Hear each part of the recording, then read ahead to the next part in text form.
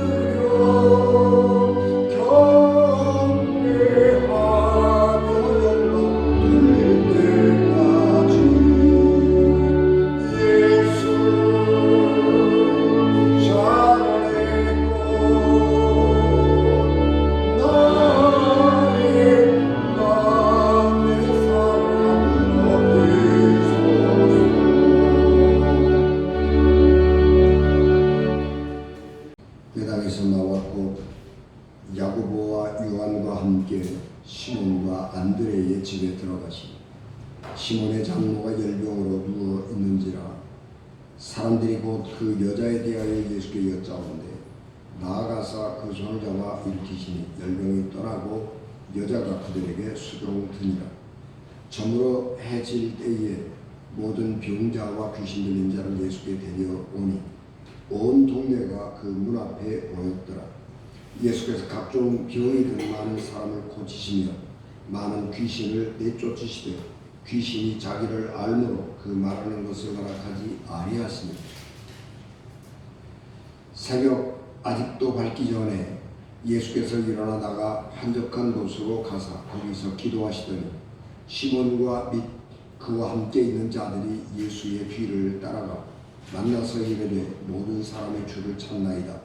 이르시되 우리가 다른 가까운 마을들로 가자. 거기서도 전도하리니 내가 이를 위하여 왔노라 하시고 이에 온 갈릴리에 다니시며 그들의 여러 회당에서 전도하시고 또 귀신들을 내쫓으시더라. 아멘. 기도하겠습니다. 은혜가 충만하신 아버지 하나님, 저희들을 위해 성령을 충만하게 하시고 영의 양식이 없어 기근을 당하고 영 안에 하나님의 생수가 없어서 기갈을 당하지 않게 하옵소서. 이 시간 이 부족한 종의 성령을 충만하게 하시고 이 강단에서 생명을 살리는 생수가 강같이 흐르게 하옵소서. 예수님 이름으로 기도하옵나이다. 아멘. 사람의 가장 기본적인 욕망은 입신양명입니다. 입신양명이라고 하는 것은 자기의 뜻을 확립하고 이름을 드날린다, 그런 뜻인데, 이 말은 사회적으로 인정받고 유명해지는 것을 말합니다. 그래서 사람이 사회적으로 인정을 받고 높은 지위에 올라가고 자기의 이름이 널리 알려져서 사람들이 자기의 이름을 기억해 주는 것, 그것을 입신양명이라 그렇게 말할 수 있습니다. 과거 농경 사회에서는 생활이 굉장히 단조로웠죠. 그렇기 때문에 입신양명하는 방법은 시험에 합격하고, 다시 말하면 과거 시험에 합격해서 고위 공직에 오르는 거죠. 우리말로 표현하면 입신양명이라고 하는 건 농경시대 전통 사회에서는 국가고시에 합격해서 고위 공무원이 되는 거, 예를 들어서 장차관이 되는 거, 뭐 그런 거가 입신양명했다. 그래서 가문을 빛냈다라고 하는 거죠. 그래서 자기 고향에 돌아갈 때 금의환향, 아주 화려한 비단옷을 입고 자기 고향으로 돌아가는 것, 그래서 자기 가문을 빛내고 자기의 이름을 높이는 것, 그것이 인생의 삶의 목표 가운데 가장 큰 거였다라고 하는 것입니다. 그런데 지금 이 현대 사회는 굉장히 다양해졌죠. 그래서 직업의 종류도 엄청나게 다양해졌고 삶의 양태도 굉장히 달라졌습니다. 그렇기 때문에 옛날에는 아주 단순했던 입신양명의 방법이 바꾸어졌습니다. 그래서 직업도 세분화되고 다양해졌기 때문에 국가 공무원이 아니더라도 자기가 종사하는 일에서 최선을 다하고 최고가 되면 그것 또한 입신양명하는 하나의 방편이 된 것입니다.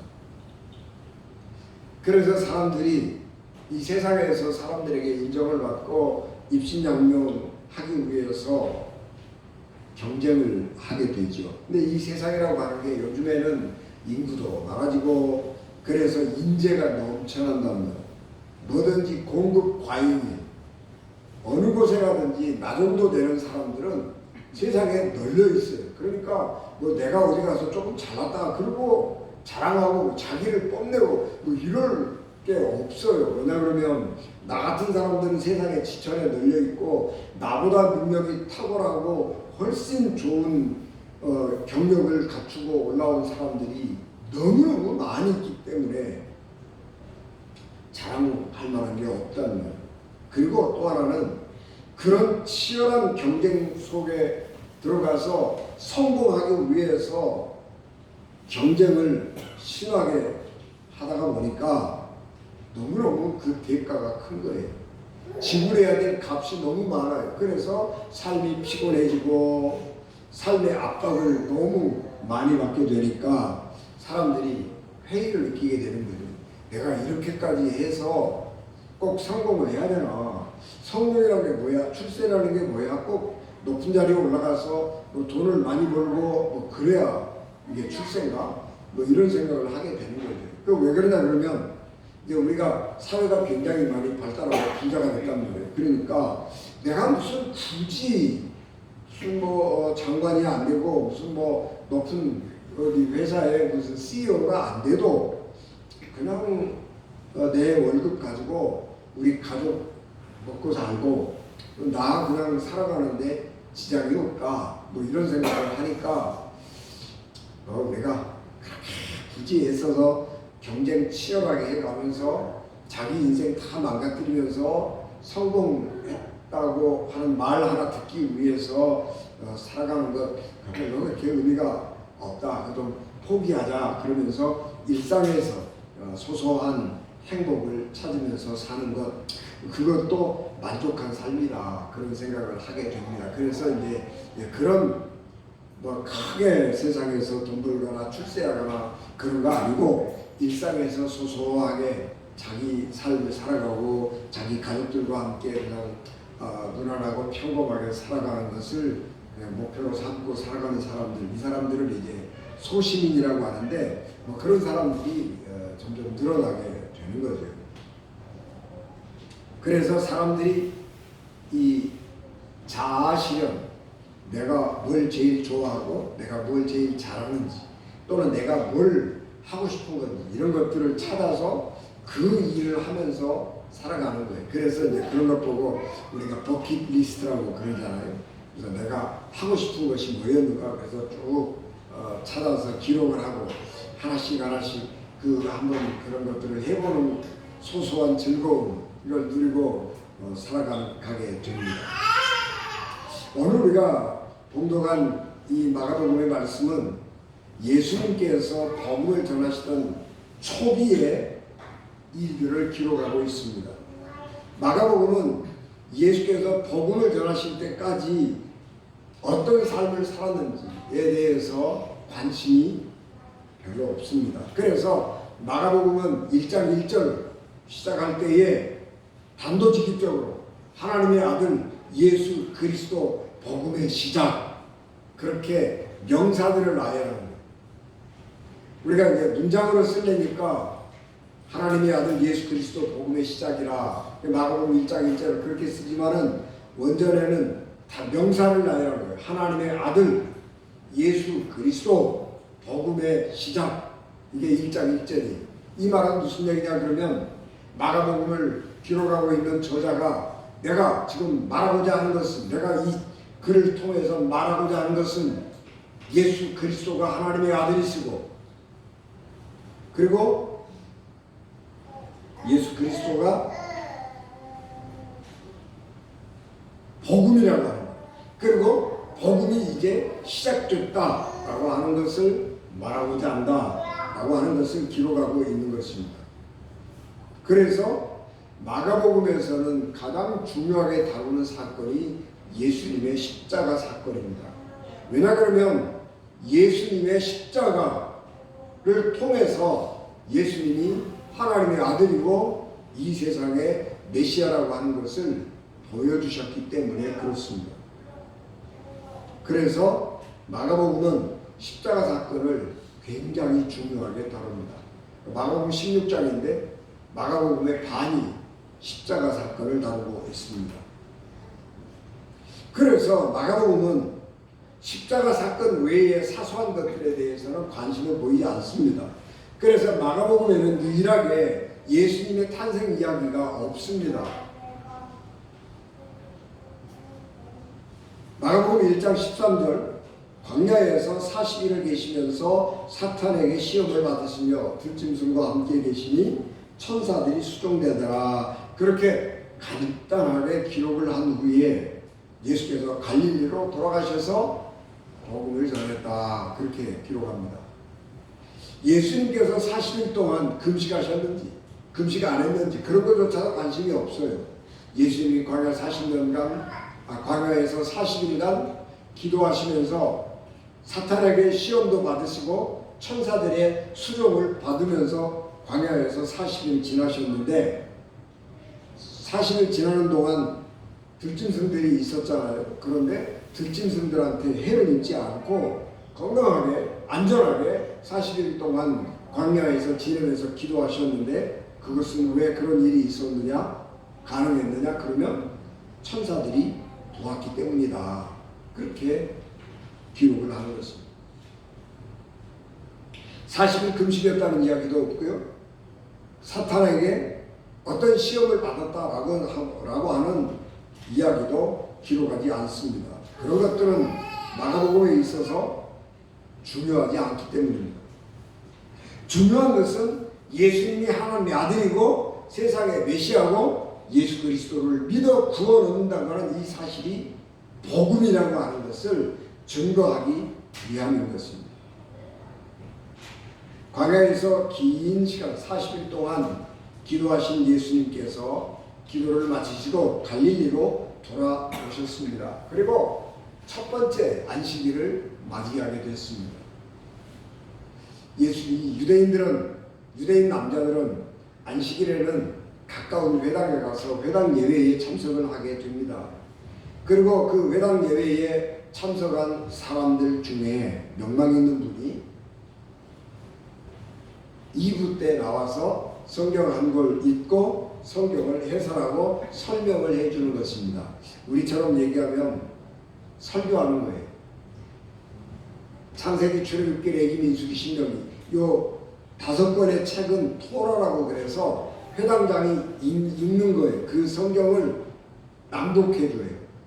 그리고 2부에 오면 그 다음에 이제 그 회당 예배에 참석한 사람들 중에 명망가가 나와서 성경 이 모세 오경을 제외한 다른 성경을 읽고 성경을 가르쳐 주는 거예요. 예수님께서도 그 회당에 가셨는데 이 회당 예배에 참석을 하셨는데 회당장이 예수님에게 기회를 주신 거예요. 당신이 오늘 우리에게 성경 말씀을 좀 풀어 주십시오. 그렇게 부탁을 하니까 예수님께서 나가서 성경을 읽으시고 성경 말씀을 풀어서 전해주셨는데 그 회당 예배에 참석한 사람들이 예수님의 말씀을 들으면서 깜짝 놀랐어요. 지금까지 우리가 들어보지 못한 은혜로운 말씀이고 예수님께서 하시는 말씀이 너무너무 권위가 있어서 그 말씀에 카리스마가 느껴지는 거예요. 그래서 사람들이 다 감동을 받고 은혜를 받았습니다. 그래서 와, 이제까지 우리가 유대교 율법 랍비들을 통해서 전혀 들어보지 못한 새로운 말씀을 들었다. 그리고 감격했어요. 그리고 있었는데 그 회당 예배에 참석한 사람 여자 가운데 어떤 한 여자가 귀신 들린 여자가 있었어요. 그래서 귀신 들린 여자가 예배 시간에 소란을 피우니까 예수님께서 그 귀신 들린 여자 잠잠하라. 그 여자에게서 귀신아 나가라. 그렇게 명령을 하시니까 그 귀신이 그냥 그 여자에게서 아무 소리도 못하고 다 나가고 그 여자가 귀신 들린 여자가 정신이 멀쩡해졌습니다. 깜짝 놀랐어요. 여러분 회당 예배를 드리는데 귀신 들린 여자가 와가지고 예배 시간에 왔다 갔다 하고 쭈글쭈글하고 헛소리 지르고 뭐 그러고 다니면 예배 분위기가 어떻게 되겠어요? 그럼에도 불구하고 그 회당에 참석하던 어떤 사람도 그 여자를 어떻게 할 수가 없었어요. 그런데 예수님께서 오셔가지고 그 귀신 들린 여자를 간단하게 명령하셔서 귀신을 제압하고 쫓아내버리고 그 여자가 맑은 정신 돌아와서 예배를 참석할 수 있게 하니까 말씀도 권위가 있으시고 카리스마가 있으신데 그 권위가 있고 예수님의 말씀이 카리스마가 있다고 하는 것을 눈으로 입증해 주는 거예요. 그래서 예배를 아주 경건하게 드리게 되니까 사람들이 깜짝 놀라는 거죠. 그리고 예수님께서 회당 예배를 마치시고 시몬의 장모님 집으로 가셔서 오후에 쉬게 됩니다. 안식일을 지키죠. 사람들이 안식일날 그 모든 걸 다 보았습니다. 그 예수님이 너무 놀라우신 분이어서 그분이 어디로 가는가 그리고 봤더니 시몬의 집으로 들어가셨어요. 그래서 시간을 기다려서 해질녘에 안식일이 끝나니까 해질녘에 자기 집에 있던 병자들을 다 데리고 예수님에게 찾아옵니다. 그래서 예수님께서 자기에게 찾아온 병자들을 고쳐주시고 귀신 들린 사람을 귀신을 쫓아내 주시고 온전하게 해주셨습니다. 그래서 죽은 사람을 살리고 병든 영혼 고치시고 병든 육신을 고치시고 그런 구원 사역을 시작을 하신 것입니다. 사람들이 환호했죠. 갈릴리에 예수님께서 돌아오셔서 첫 번 안식일을 맞이하는데 예수님은 그 동네에서 스타가 된 것입니다. 너무너무 인기가 올라가고 너무너무 사람들이 예수님에게 열광한 거예요. 지금까지 이런 일을 본 적이 없어요. 그래서 사람들이 열광하고 그리고 집에 돌아가서 쉬고 그 다음날 아침에 일찍이 다시 병든 사람들 데리고 또 뭐 여러 가지로 예수님 앞에 찾아옵니다. 그런데 그 시몬 베드로의 집에 장모님 집에 오니까 예수님이 안 계셔요.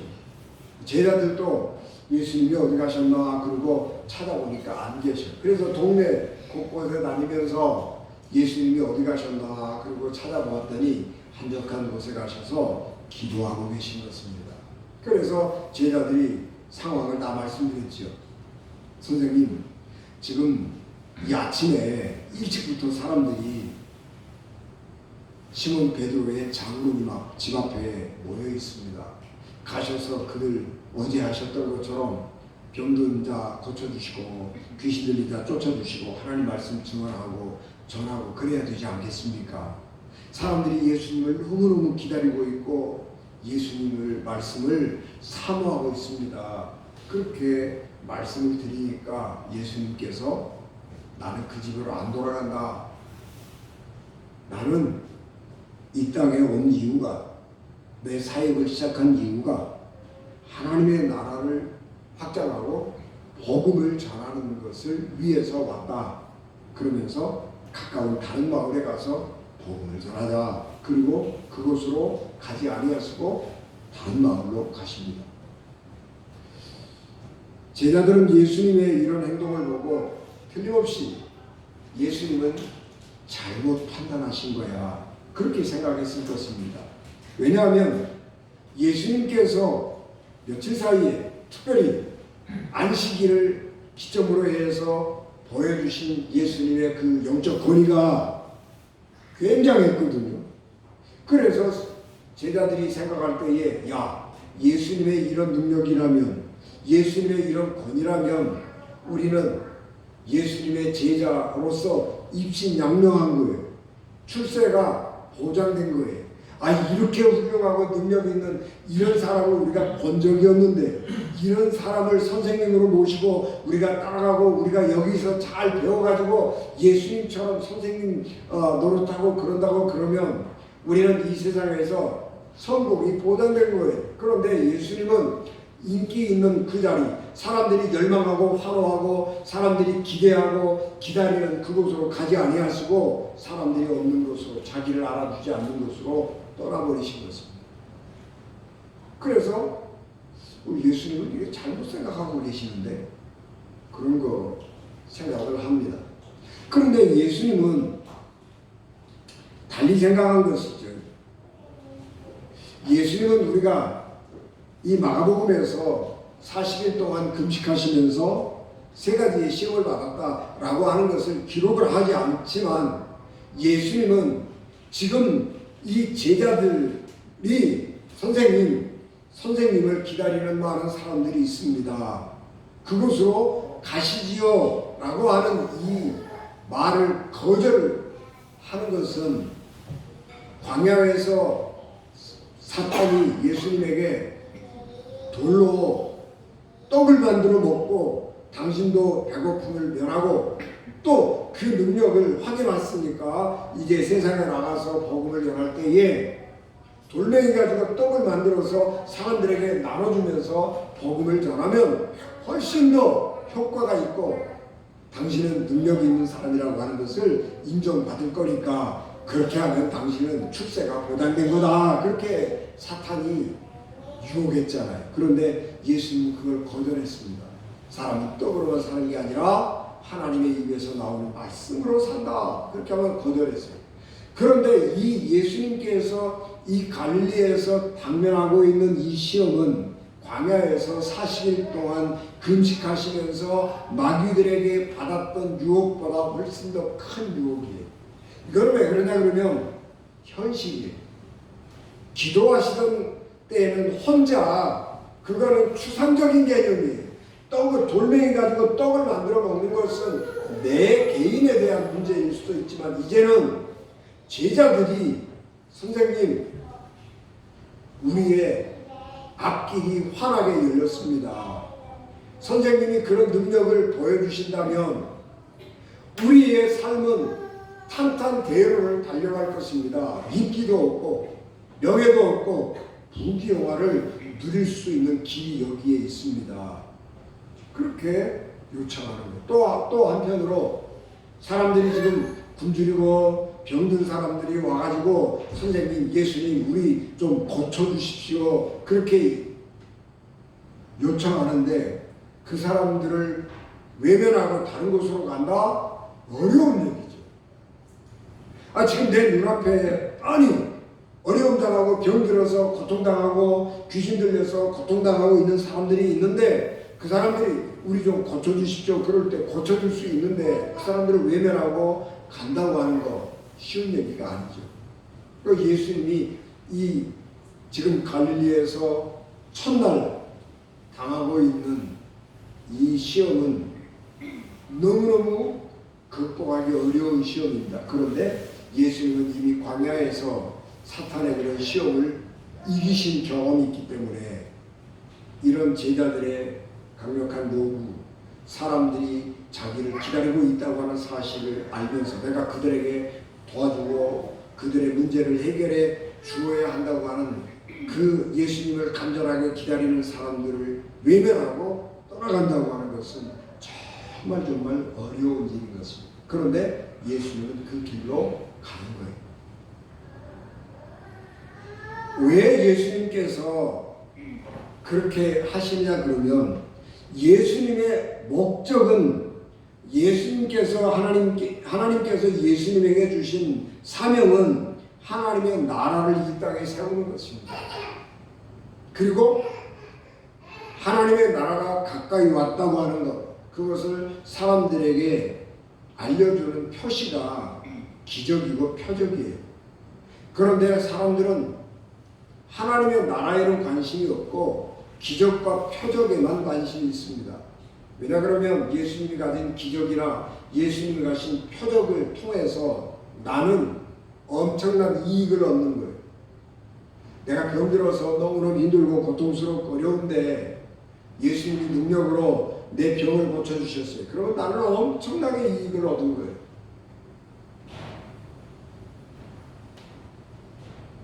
그런데 표적은 거기까지. 내 어려운 문제를 하나님의 그 신적인 능력으로, 예수님이 가진 그 신적인 능력으로 내 어려움을 좀 해결해 주십시오. 배고픔, 병든 이런 것들, 내가 가지고 있는 현실적인 어려움들을 믿음을 통해서 신적인 능력, 하나님의 능력으로 이것을 극복해 나가고 싶은 생각을 사람들은 하는 거예요. 그런데 예수님은 생각이 다른 거죠. 사람들은 예수님을 어떻게 기억하느냐 그러면 기적을 행하신 분, 내 어려운 문제를 해결해 주신 분, 그렇게 기억하는 거예요. 그리고 사람들이 예수님에게 찾아올 때에 예수님은 내 문제를 해결해 주실 거야, 그 믿음을 가지고 찾아오는 거예요. 그런데 그것은 정급한 거예요. 하나님이 왜 기적을 보여주시느냐 그러면 하나님은 살아계시는 분이야, 하나님은 우리의 모든 문제를 해결해 주시는 분이야. 그렇기 때문에 그 하나님을 믿고 새로운 세계로 가야 된다라고 하는 사인이라는 거예요. 그런데 사람들은 거기에 머무르는 거예요. 예수님은 자기가 기적을 행하는 사람, 자기가 사람들의 소망을 들어주고 사람들의 열망을 들어주는 사람으로 인식되는 것을 거절하십니다. 하나님의 사명이 그게 아니기 때문에. 그런 겁니다. 그래서 하나님의 나라를 확장하고 하나님의 나라가 이 땅에 세워지기를 바라고 사람들이 하나님의 나라가 가까이 왔다고 하는 것, 내 곁에 하나님 나라가 있다고 하는 것을 알기 위해서는 하나님의 말씀으로 복음으로 새로워지는 것이 필요한 것입니다. 그래서 예수님은 사람들이 예수님을 하나님을 자기의 문제를 해결해 주는 기적을 행하는 사람에서 한 단계 높게 올라가서 우리의 영혼을 구원하시고 우리의 삶에 하나님의 통치가 임하도록 하는 분이라고 하는 인식을 바꾸어 주시기를 원했던 것입니다.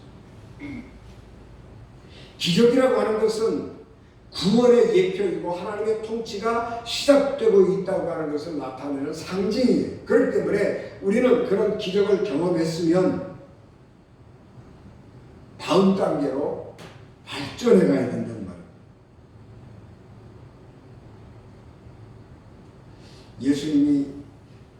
사람들이 예수님에게 바라는 것이 예수님은 우리를 구원하시는 분이라 라는 생각을 갖게 하시기를 원했습니다. 여러분, 사람들이 우리가 기적이라고 하는 것, 사람들이 현실에서 당면하고 있는 문제를 해결해 주는 그분이라고 하는 것을 기대를 많이 하잖아요. 저도 목회하면서 어려운 사람들을 많이 보잖아요. 나도 예수님 같은 능력이 있었으면 참 좋겠다. 그래서 우리 교회에 어려움 당하는 사람들 가서 기도해주면 그 병자들이 낫고 가난한 사람들을 축복해주면 그들이 복을 받아서 부자가 되고 그렇게 되면 가난한 사람들도 어려운 사람들도 도와주고 우리 교회도 부흥하고 성장하고 내 이름도 높아지고 내가 인기 있는 사람이 되고 손해날 일이 없잖아요. 그런 유혹을 우리가 그래서 많이 받는 거예요. 하나님께서 내게 능력을 주십시오. 그렇게 우리가 많이 기도하는 거예요. 그런데 사람들은요, 그런 능력이 있으면 거기에 머물러 버리고 말아요. 여러분, 우리가 60년대, 70년대, 80년대를 지나면서 얼마나 많은 사람들이 기도원에 가서 기도하고 능력을 얻고 그래서 내가 능력자다. 그리고 기도원도 세우고 또 가정재단도 쌓고 예언기도도 해주고 우리 방언도 많이 받고 그랬잖아요. 그런데 지금 와서 보면 그런 게 다 어디 갔어요? 소멸되어 버렸어요. 그리고 그런 은사운동을 했던 사람들을 보니까 그 뭐 했어요? 다 자기 돈벌이 했단 말이에요. 가정재단 쌓아가지고 사람들이 그때 70년대 80년대 수표 헌금하고 그럴 때 그 헌금 걷어서 뭐 했어요? 자기 부자 됐다고요. 그리고 지금은 다 어디 갔어요? 소멸되어 버리고 없어요. 지금 누가 가정재단 쌓는 사람이 어디에 있고 예언기도 해주고 그런 사람들이 어디에 있어요? 없어져 버렸어요. 그거는 초보 단계 일시적인 거예요. 구원은 기적을 통해서 이루어지는 것이 아니라 예수 그리스도의 십자가 사건, 그것을 통해서 이루어지는 거예요. 여러분, 우리가 신앙생활 처음 하던 시기에는 기적도 많이 일어나잖아요. 하나님, 내가 기도하면 하나님께서 내 기도에 응답을 잘 해주셨어요. 그런데 신앙생활 20년, 30년 신앙의 연조가 길어가면서 기도가 점점 응답이 안 돼요. 그 이유는 내 믿음이 약해졌거나 하나님이 내게서 떠나간 것이 아니고 하나님이 우리를 한 단계 더 높은 단계로 도약시키는 거예요. 하나님이 살아계시고 능력이 있는 분이라고 하는 것을 믿었으면, 경험했으면 이제 우리는 하나님의 말씀 안에서 살고 말씀을 공부하고 기도하고 하나님과 동행하면서 우리가 이제 하나님을 알게 됐잖아요. 그러면 그 하나님을 아는 지식을 가지고 우리의 삶을 살아야 되는 거예요. 여러분, 우리의 삶이라고 하는 것은 순간순간 결정하고 판단해야 될 일들이 너무너무 많아요. 언제? 우리가 기도해, 하나님 앞에 기도해, 하나님 응답해 주십시오. 내가 응답하기 전까지는 내가 절대로 안 떠나겠습니다. 그렇게 응답을 기다렸다가 행동해도 좋은 넉넉한 여유 있는 그런 문제도 있지만 시급한 문제가 많아요. 즉시 판단하고 행동하지 않으면 문제가 많아요. 그런 일들이 많아요. 그렇기 때문에 우리는 하나님 앞에 기도하고 하나님 문제를 해결해 주시고 하나님 응답해 주십시오. 그렇게 말하고 기다릴 시간이 없어요. 우리가 하나님 말씀으로 살아가면서 즉시 하나님 말씀을 따라서 판단하고 실행해야 되는 거예요. 그렇기 때문에 우리가 말씀으로 거듭나고 새로워지고 하나님의 말씀을 생활화해서 우리가 무엇을 하든지 어떤 결정을 하든지 어떤 행동을 하든지 하나님 뜻에 어긋나지 않도록 그런 삶을 살 수 있도록 말씀으로 믿음으로 자기 자신을 채워가야 되는 거예요. 예수님은 그걸 원하시는 거예요. 그래서 인기 있는 자리, 명예 있는 자리, 출세할 수 있는 자리, 성공이 보장되는 자리로 안 가고 새로운 길로 가는 거예요. 그래서 우리는 어린아이, 믿음의 초보, 그거를 버리고 예수 그리스도를 아는 일에 장성한 사람, 예수 그리스도를 아는 일에 어른이 되어야 된다. 그렇게 말씀을 하는 것입니다. 우리가 언제까지 어린아이처럼 엄마가 전화해가지고 밥 먹어라, 지금은 학원 갈 시간이다, 그 전화 올 때까지 기다리고 엄마의 지시를 듣고 살아가는 사람으로 살아가겠느냐는 거예요. 나이를 먹고 자랐으면 엄마의 지시가 없어도 자기가 알아서 해야 되는 거잖아요. 그게 성장한 거예요. 우리의 믿음도 그래야 되는 거예요. 그래서 우리가 우리의 삶에서 말하고 생활하고 판단하고 그런 모든 것들이 하나님 뜻에 어긋나지 아니하고 하나님의 영광을 드러내는 삶을 사는 데까지 우리의 믿음이 장성하고 성장해 가야 하는 것입니다. 그리고 혹시 우리가 판단을 잘못할 때도 있어요. 잘못할 때 있으면 그런 것들을 교훈 삼아서 더 하나님께 기도하면서 신앙이 점점 더 높은 곳으로 발전해 가야 하는 것입니다. 그렇기 때문에 우리가 중요한 것은 하나님과의 교제. 교제는 하나님과의 교제는 말씀과 기도가 그 핵심에 있는 거죠. 그러니까 예수님은 사람들이 일찍 찾아올 줄 알았지만 그 이른 새벽에 사람들이 있는 곳이 아닌 고요한 곳에 가셔서 홀로 하나님과 기도하신 것입니다. 여러분, 우리의 삶이 너무 복잡하잖아요. 굉장히 힘들잖아요. 지금은 제가 이렇게 새벽기도 오더라고 차를 타고 5시에 집에서 출발해갖고 교회로 오잖아요. 도로가 차들이 꽉 차요. 새벽 5시면 사람들이 벌써부터 출근하는 거예요. 일을 시작한 거예요. 그러니까 기도할 시간이 없어요.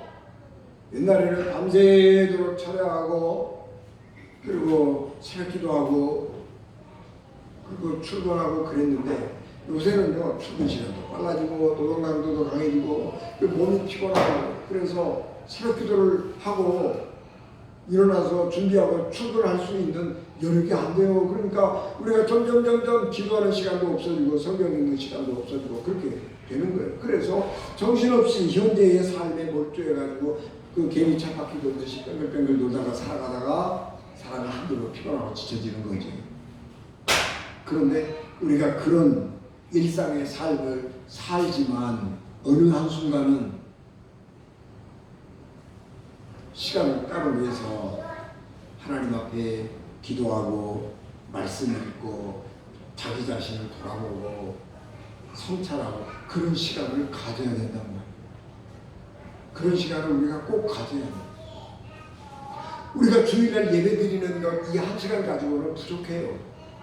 그래서 개인적으로 예수님이 고요한 아침 시간에 사람들을 피해서 홀로 하나님과 기도하시고 교제하셨던 것처럼 우리도 그런 시간을 가져야 돼. 그 시간이 우리에게는 생명을 살리는 시간.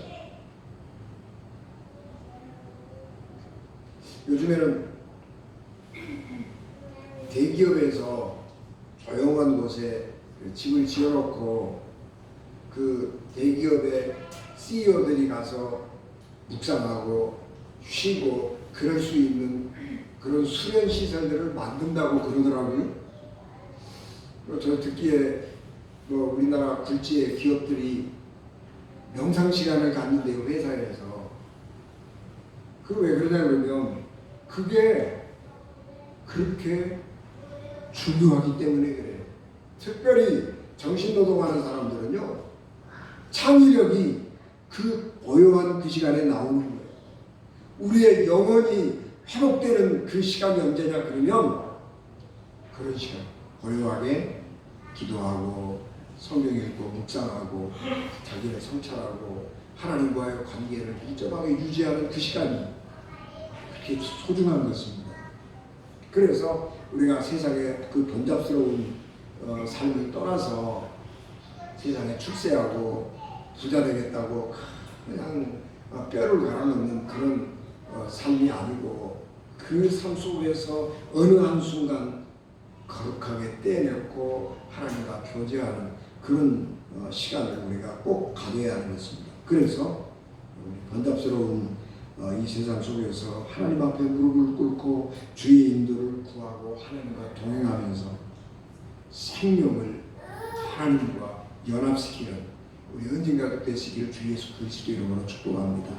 기도하겠습니다. 은혜가 충만하신 아버지 하나님, 주의 은혜와 사랑을 저희들에게 충만하게 하시고, 하나님, 예수님께서 친히 아침에 고요한 시간 장소를 내서 기도하신 같이 이 번잡스럽고 어지러운 세상 속에서 고요한 시간, 하나님과 함께하는 시간을 가지며 우리의 영혼을 하나님께 의탁하는 하나님의 거룩한 사람들 되게 하옵소서. 예수님 이름으로 기도하옵나이다. 아멘.